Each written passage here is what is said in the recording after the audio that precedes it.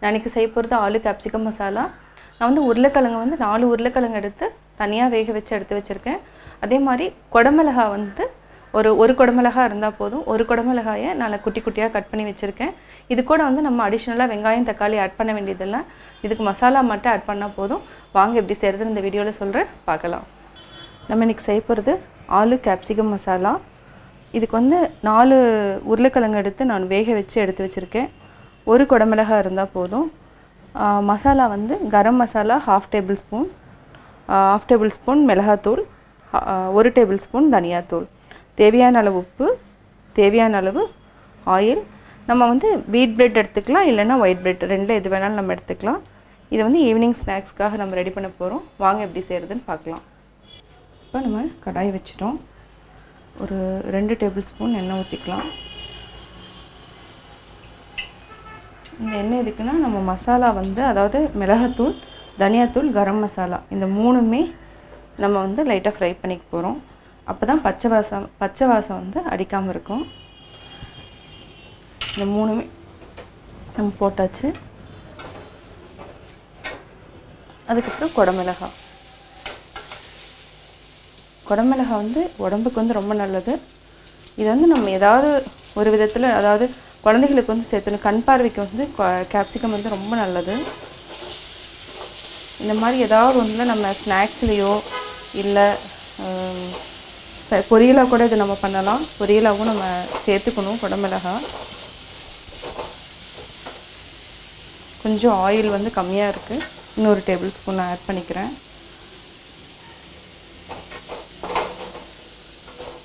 இது வந்து என்னென்னா ஃபுல்லாக வேக வைக்கணும்னு அவசியம் இல்லை. இது வந்து ஒரு லைட்டாக வந்து நம்ம வதக்கிக்கலாம்.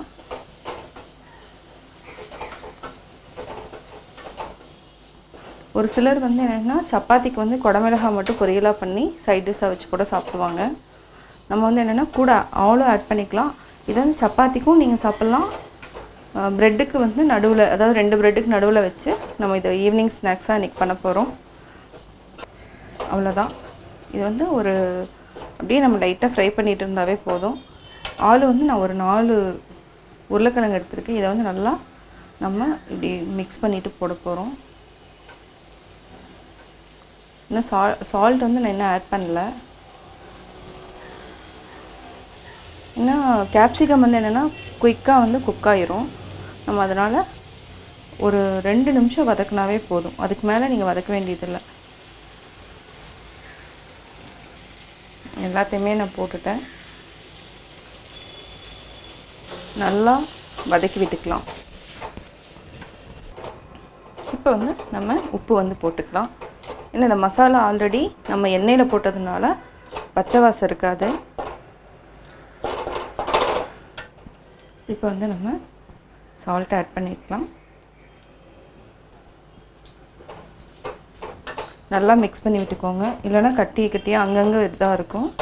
நல்லா மிக்ஸ் பண்ணி விட்டுக்கோங்க.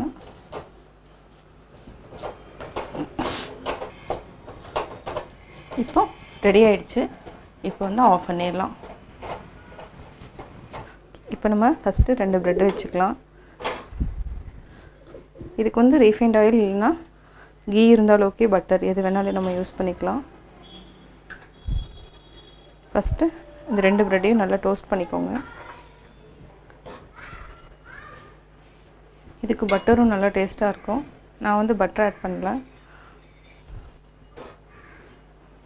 ஆலு கேப்சிகம் எடுத்துகிட்டு நம்ம ஒரு ஸ்பூன் எடுத்துக்கலாம். நல்லா ஃபில் பண்ணிக்கோங்க.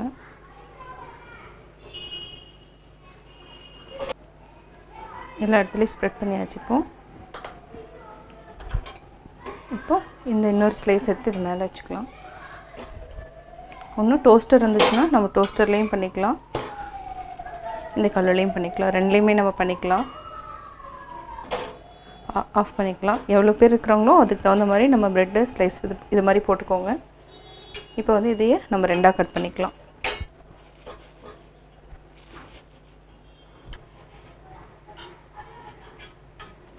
இதுக்கு சாஸ் வச்சு சாப்பிட்டுக்கலாம். ஆலு கேப்சிகம் மசாலா எப்படி செஞ்சேங்கிறத பார்த்தீங்க. இந்த மசாலா வந்து 2 பிரெட்டுக்கு மிடில் வச்சு நம்ம சேர்த்து சாப்பிட்லாம். அது இல்லாமல் ஸ்டஃப்டு சப்பாத்திக்கும் நம்ம இதை யூஸ் பண்ணிக்கலாம் இந்த மசாலாவை. நீங்களும் வீட்டில் ட்ரை பண்ணி பார்த்துட்டு உங்களுடைய கமெண்ட்ஸ் எனக்கு சொல்லுங்கள். உங்கள் ஃப்ரெண்ட்ஸ் கிட்ட மறக்காமல் ஷேர் பண்ணுங்கள். பிடிச்சிருந்தால் லைக் பண்ணுங்கள். எங்கள் சேனலை சப்ஸ்கிரைப் பண்ணுங்கள்.